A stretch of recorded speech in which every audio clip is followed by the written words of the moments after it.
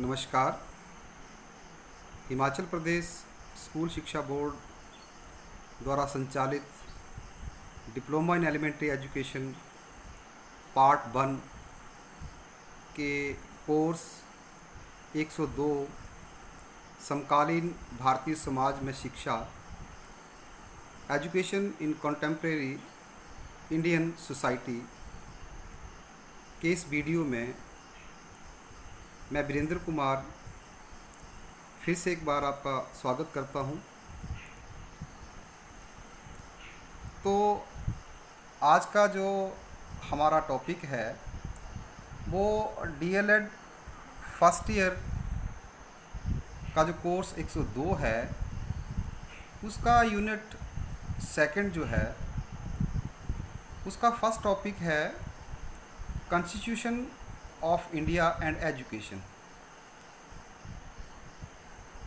अर्थात भारतीय संविधान में शिक्षा के लिए जो प्रावधान किए गए हैं वो इस टॉपिक का मुख्य बिंदु है। इसका सब टॉपिक है concurrent status of education in Indian constitution.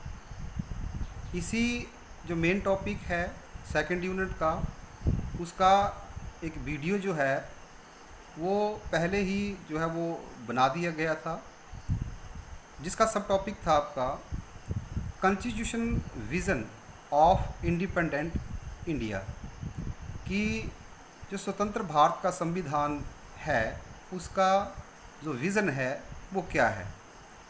तो आज जो अगला टॉपिक है, सब टॉपिक है हमारा, वो है आपका कि भारतीय संविधान में जो शिक्षा है उसको समवर्ती सूची में क्यों रखा गया। तो चलिए शुरू करते हैं आज का ये topic, concurrent status of education in Indian constitution. जैसा कि आपको अभी बताया मैंने कि जो शिक्षा है, जो विषय है वो भारतीय संविधान में जहाँ शक्तियों का बंटवारा किया गया है केंद्र और राज्यों के बीच, वहाँ पे शिक्षा जो है उसको समवर्ती सूची में रखा गया है। तो सबसे पहले ये जानना ज़रूरी है कि ये शक्तियों का बंटवारा जो है वो क्या है और केंद्र और राज्यों के बीच जो शक्तियों का जो बंटवारा किया गया है आपका, उसका क्या अर्थ है। तो सबसे पहले ये जानना ज़रूरी है कि भारत एक जो है वो फेडरल स्टेट है, क्योंकि भारत में जो है वो संघवाद को जो है अपनाया गया है। भारतीय संविधान के अनुसार भारत एक संघ स्टेट है आपका, यूनियन स्टेट। भारतीय संविधान के पहला जो अनुच्छेद है उसमें ये बात बिल्कुल स्पष्ट लिखी गई है कि भारत जो है वो यूनियन ऑफ स्टेट्स, क्योंकि राज्यों का जो है वो संघ होगा। भारत में संघात्मक शासन व्यवस्था को अपनाया है, क्योंकि फेडरल सिस्टम को भारत में जो है वो भारतीय संविधान के अनुसार अपनाया गया है। इसका अर्थ ये है कि देश को चलाने की जो प्रशासनिक, वैधानिक और जो कार्यकारी शक्तियाँ होती हैं वो किसी भी एक सरकार या संस्था के पास नहीं होती। इसलिए संविधान के भाग 11 के अनुसार ये जो शक्तियाँ हैं प्रशासनिक, वैधानिक और कार्यकारी, लेजिस्लेटिव, एग्जीक्यूटिव एंड एडमिनिस्ट्रेटिव जो पावर्स हैं उनका जो है वो राज्यों और केंद्र के बीच, स्टेट्स और सेंट्रल गवर्नमेंट के बीच जो है वो विभाजन किया गया है। इन सभी शक्तियों का बंटवारा केंद्र और राज्य सरकारों के बीच 3 अनुसूचियों के अंतर्गत किया गया है। इनके 3 सूचियां बनाई हैं। जितने भी सब्जेक्ट्स हैं जिनके ऊपर जो है वो कानून बनाया जाना होता है या नियम बनाए जाने होते हैं, उनको जो है वो संविधान के अनुसार जो है वो 3 सूचियों में बांट दिया गया है आपका। तो ये 3 सूचियां हैं, सेंट्रल लिस्ट केंद्रीय सूची, राज्य सूची स्टेट लिस्ट, समवर्ती सूची कंकरेंट लिस्ट। इसका अभिप्राय ये है कि कुछ ऐसे विषय हैं जिनको हमने केंद्रीय सूची इनके सेंट्रल लिस्ट में रखा हुआ है, और इन विषयों के ऊपर जो है, इनके जो राष्ट्रीय महत्व के जो विषय हैं उनके ऊपर कानून बनाने का अधिकार जो है वो केवल केंद्र सरकार के पास है। इनके उन विषयों के ऊपर राज्य सरकार जो है वो कानून नहीं बना सकती। दूसरी लिस्ट है आपकी स्टेट लिस्ट। स्टेट लिस्ट राज्य सूची, कुछ ऐसे विषय हैं जिनको हमने स्टेट लिस्ट में रखा हुआ है, राज्य सूची में रखा हुआ है, और ये जो विषय हैं वो स्थानीय जो आपका हित होते हैं उन विषयों को जो है इस सूची में रखा गया है, और इनके ऊपर कानून बनाने का जो अधिकार है वो राज्य सरकारों को दिया गया है। तीसरी सूची है आपकी समवर्ती सूची, जिसको हम कंकरेंट लिस्ट के नाम से जानते हैं। ये सूची जो है इसमें उन विषयों को रखा गया है जो केंद्र और राज्य सरकारों के विषयों से बाहर के विषय हैं।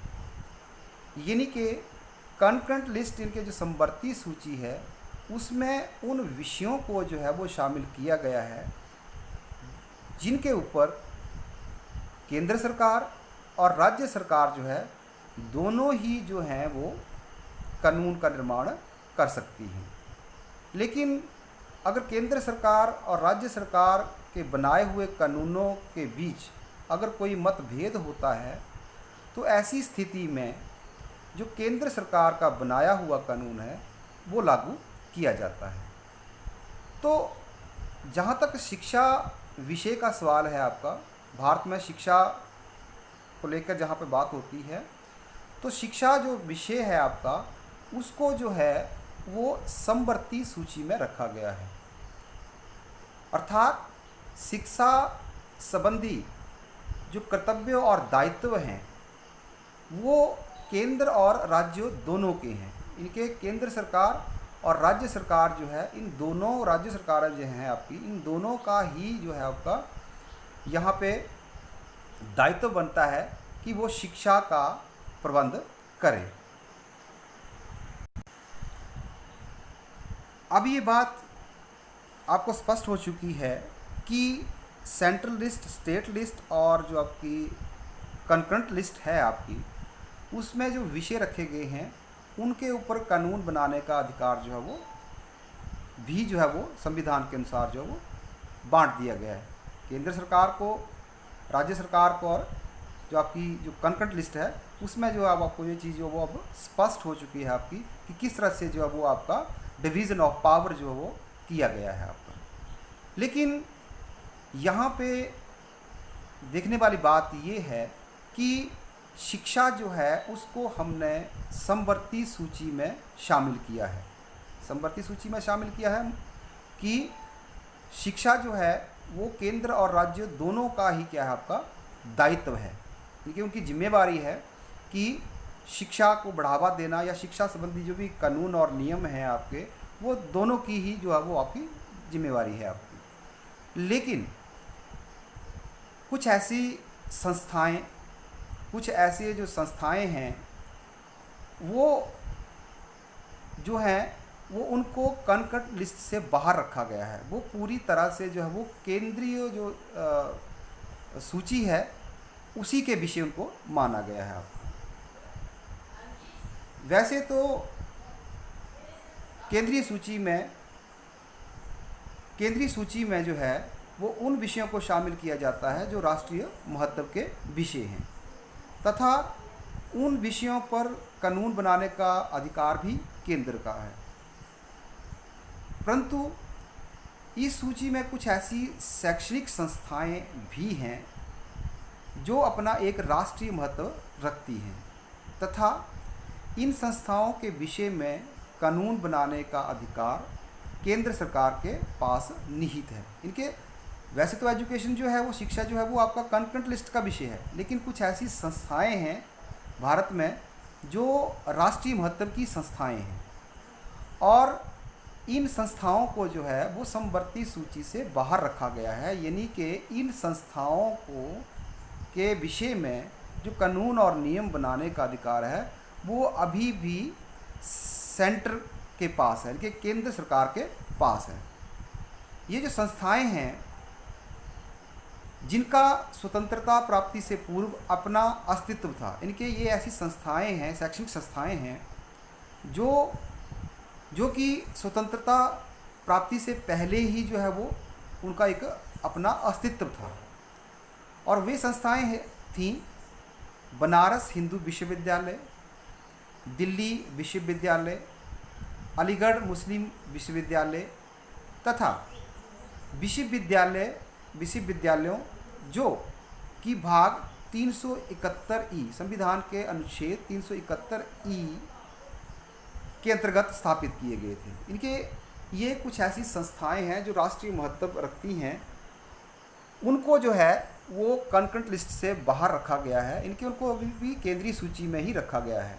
अगर इन संस्थाओं के विषय में जो आपकी ऊपर बताई मैंने आपको, बनारस हिंदू विश्वविद्यालय, दिल्ली विश्वविद्यालय, अलीगढ़ मुस्लिम विश्वविद्यालय तथा वे विश्वविद्यालय जो भारतीय संविधान के आर्टिकल 371 के अनुसार जो वो स्थापित किए गए थे, वो जो हैं उनको जो वो सेंट्रल लिस्ट में ही जो वो रखा गया है। और इसके अलावा दूसरे संस्थान जो कि विधानसभा द्वारा कानून बनाकर घोषित किए गए सभी राष्ट्रीय महत्व के विषय रखते हैं। यानी कि आर्टिकल 371 के अनुसार राज्यों को ये एक पावर दी गई है, राज्यों को एक अधिकार दिया गया है कि इस आर्टिकल के तहत आप राज्य जिन भी विश्वविद्यालय और शैक्षणिक संस्थाओं की स्थापना करेगा, ठीक है, उन संस्थाओं को, उन शैक्षणिक संस्थाओं को राष्ट्रीय महत्व का जो संस्थान है वो मान लिया जाएगा और इनके ऊपर जो कानून और नियम है वो केंद्र सरकार ही बनाएगी आपकी।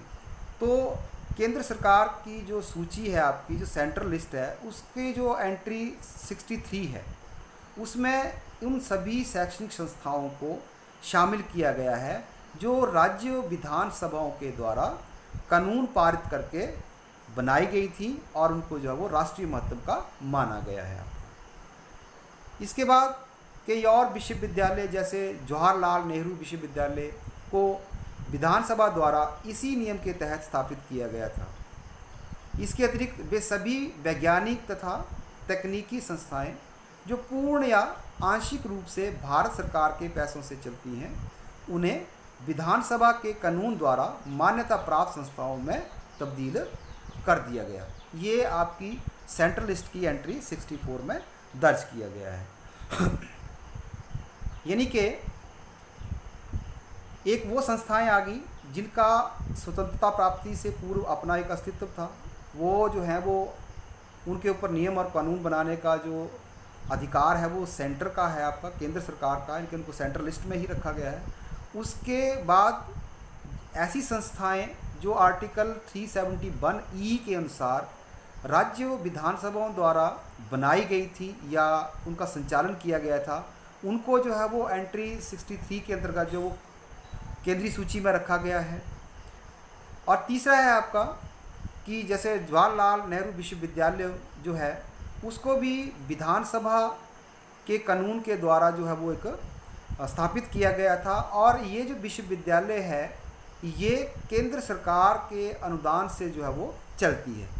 तो जो ऐसी संस्थाएं जो बनाई तो जो है वो विधानसभाओं के द्वारा, राज्य विधानसभा के द्वारा बनाई गई हैं, उनको चलाया गया है, इनको शुरू किया गया है, लेकिन उनका जो खर्चा है या वो जो है वो केंद्र सरकार उठाती है। केंद्र सरकार जो है उनको जो वो आपको एड देती है। तो उन संस्थाओं को भी जो है वो आपका सेंट्रल लिस्ट में ही रखा गया है। तो अब हम आगे जानने की कोशिश करेंगे कि जो राज्य विधानसभाएं हैं, ठीक, उन्होंने आर्टिकल 371E के अनुसार किन किन संस्थाओं का, टेक्निकल जो यूनिवर्सिटीज़ थी आपकी, उनकी स्थापना की और उनको जो है वो सेंट्रल लिस्ट में शामिल किया गया। तो एक आपकी सेंट्रल लिस्ट की जो आपकी केंद्रीय सूची है उसकी एंट्री 65 जो है, अगर उसको हम देखें तो उसमें कुछ ऐसी संस्थाओं का जो है वो विवरण दिया गया है, ऐसी संस्थाओं को रखा गया है जो राज्य सरकारों द्वारा गठित की गई थी। और ये थी आपकी, एक थी आपकी विशेष अध्ययन के लिए अनुसंधान केंद्र, जुर्म को जांचने के लिए तकनीकी तथा वैज्ञानिक सहायता के लिए संस्थाएं, पुलिस प्रशिक्षण संस्थाएं, व्यावसायिक तथा तकनीकी प्रशिक्षण संस्थाएं। ये जो आपकी सेंट्रल लिस्ट है उसकी एंट्री 65 में वो संस्थाएं जो हैं मिलती हैं जिनका जो है वो राज्य विधानसभाओं के द्वारा जो है वो गठन किया गया था आपका। उसके बाद सेंट्रल लिस्ट की ही एंट्री 66 में ऐसी संस्थाएं हैं, संयुक्त संस्थाएं जो है वो विधानसभाओं के द्वारा कानून पारित करके बनाई गई थी, उनको जो है वो एंट्री 66 में शामिल किया गया है। और ये जो संस्थाएं हैं ये केंद्र सरकार का ही विषय है आपका, इनके केंद्र सरकार ही इनके ऊपर नियम और कानून जो वो बनाती है। उच्च शिक्षा तथा अनुसंधान वैज्ञानिक और तकनीकी संस्थाओं में तालमेल निश्चित करना, यूनिवर्सिटी ग्रांट कमीशन की स्थापना करना। नेक्स्ट है आपका केंद्रीय सूची की जो आपकी लिस्ट है उसमें एंट्री 67 के अंतर्गत जो संस्थाएं जो थी वो विधानसभाओं के द्वारा बनाई गई थी और उनको जो वो सेंट्रल लिस्ट में डाला गया था। ये है आपका प्राचीन और ऐतिहासिक चिन्ह या स्मारक और उनका इतिहास तथा प्राचीन वस्तुओं की विधा और शेष जैसे कि विधानसभा द्वारा पारित किए गए कानून द्वारा राष्ट्रीय मान्यता प्राप्त। यानी कि जो राज्यों में जो है आपके जो ऐतिहासिक स्मारक हैं आपके या प्राचीन वस्तुओं के जो स्मारक हैं आपके, उनको जो है एक संस्थाओं के रूप में जो है वो आपका मान्यता दी गई, ठीक है। और इनको जो है वो राष्ट्रीय महत्व के जो विषय जो है वो माना गया है और विधानसभाओं द्वारा कानून बना के जो है उनको राष्ट्रीय महत्व का विषय जो है वो घोषित किया गया और इनको जो है वो सेंट्रल लिस्ट की जो एंट्री 67 है उनमें शामिल किया गया। डिवीज़न ऑफ पावर्स के जो आपकी सेकंड लिस्ट है आपकी, वो है आपकी स्टेट लिस्ट, राज्य सूची। राज्य सूची में वे विषय आते हैं उन विषयों से संबंधित कानून बनाने का अधिकार राज्यों को है। इनके राज्य सूची में वो विषय रखे गए हैं जिनके ऊपर कानून बनाने का अधिकार जो है, नियम बनाने का अधिकार जो है वो राज्य सरकारों का है। और ये जो सूची है इसमें उन विषयों को रखा गया है जो कि स्थानीय हितों से संबंधित रखते हैं। इनके जो किसी राज्य के जो आपके वहाँ के लोकल या वहाँ के जो स्थानीय मुद्दे हैं उनके ऊपर अगर कानून बनाना है, उनके ऊपर कोई नियम बनाना है तो ये जो है वो राज्य सूची के अंतर्गत आते हैं। लेकिन जो एंट्री 11 है राज्य सूची की, जो आपकी एंट्री 11 है वह विश्वविद्यालय जो केंद्र सूची की धारा 63, 64, 65 और 66 के अंतर्गत समवर्ती सूची के तहत बनाए गए थे।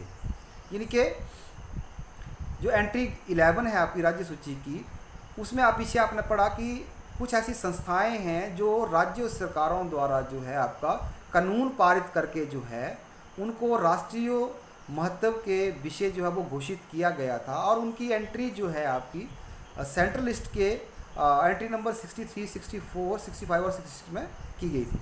तो ऐसा नहीं है कि ये जो 63, 64, 65, 66 में जो एंट्री की गई है आपकी सेंट्रल लिस्ट में, इनका जो देख रेख है, उनका जो खर्चा है, जिनके लिए खर्चा जो है वो आपका केंद्र सरकार का है, लेकिन साथ में जो है इनकी देख रेख जो है आपकी, इनकी संभाल जो है आपकी वो राज्य सरकारों के स्पुर्द की गई है। राज्य सरकारें जो है वो इसका मैनेजमेंट को इसकी देखती हैं। तो इस तरह से जो है वो आपका ये जो विषय है आपका ये दोनों का ही है, आपका स्टेट का भी है और सेंटर का भी है। तीसरी है आपकी समवर्ती सूची, कंकरेंट लिस्ट। कंकरेंट लिस्ट के बारे में हम पहले भी बात कर चुके हैं कि समवर्ती सूची जो डिवीज़न ऑफ पावर्स है उसकी ये तीसरी सूची है आपकी समवर्ती सूची। और समवर्ती सूची में ऐसे विषयों को जो है वो शामिल किया गया है जिनके ऊपर जो है वो कानून बनाने का जो अधिकार है वो राज्य और केंद्र दोनों का है। और समवर्ती सूची की जो आपकी लिस्ट है आपकी, उसकी एंट्री 25 में शिक्षा, तकनीकी शिक्षा, जैविक शिक्षा तथा विश्वविद्यालय जो कि यूनियन सूची की धारा 63, 64, 65 और 66 के तहत स्थापित हुई, व्यावसायिक तथा श्रमिकों के प्रशिक्षण सहित इस सभी जो आपकी जितनी भी आपकी जो संस्थाएं हैं आपकी, ये इनको समवर्ती सूची में रखा गया है। यानी कि समवर्ती सूची मीन्स कि ये केंद्र सरकार का भी विषय है और राज्य सरकारों का भी विषय बनता है आपका। एंट्री 26 इसी समवर्ती सूची की जो एंट्री 26 है के अनुसार कानूनी चिकित्सा संबंधी शिक्षा तथा दूसरे व्यवसाय राज्य विधानसभा एंट्री 25 के अंतर्गत विश्वविद्यालय स्थापित करती है। यानी कि जो कानूनी शिक्षा संबंधी जितने भी आपके जो संस्थान हैं आपके, या एंट्री 25 के अनुसार जो जितने भी आपके विश्वविद्यालय आपके, ये सभी जो हैं वो समवर्ती सूची के अंतर्गत आते हैं। यानी कि इनके ऊपर जो है वो दोनों ही केंद्र और राज्यों का दायित्व है कि इनको संभाल करे, इनको रन करे। तो आज हमने इस टॉपिक में ये जाना आपका कि भारतीय संविधान के अनुसार जो डिवीज़न ऑफ पावर्स है वो किस तरह से किया गया है, कौन कौन सी सूचियां जो हैं वो बनाई गई हैं, और कौन कौन सी जो आपकी इनमें विषय जो हैं वो उनको रखा गया है। मेनली हमने सभी विषयों के बारे में बात नहीं की, हमने सिर्फ ये जाना कि शिक्षा जो विषय है वो किस सूची में जो है वो शामिल किया गया है, क्या वो सेंट्रल लिस्ट में है, स्टेट लिस्ट में है, या आपका कंट्री लिस्ट में। तो कंक्लूज़न के तौर पर हम यही कह सकते हैं कि जो शिक्षा जो विषय है, कुछ जो आपके राष्ट्रीय महत्व के जो संस्थान हैं उनको छोड़कर जो है वो शिक्षा जो है वो एक समवर्ती सूची का विषय है आपका। समवर्ती सूची का विषय का अर्थ है आपका कि इसके शिक्षा संबंधित जितने भी नियम और कानूनों की जो स्थापना की जाएगी, नियम और कानून बनाए जाएंगे, वो जो है वो राज्य और केंद्र दोनों का ही दायित्व होगा। दोनों ही इन संस्थाओं को चलाने के लिए, इन संस्थाओं की देखभाल करने के लिए रिस्पॉन्सिबल होंगी। तो नेक्स्ट टॉपिक में हम फिर से मिलेंगे कि भारतीय जो संविधान है उसमें जाति, लिंग, धर्म आदि के आधार पर जो शिक्षा के लिए जो प्रावधान किए गए हैं, ठीक है, उनके विषय में हम अगले वीडियो में जानेंगे। तब तक के लिए आप सभी का जो है वो बहुत बहुत धन्यवाद। और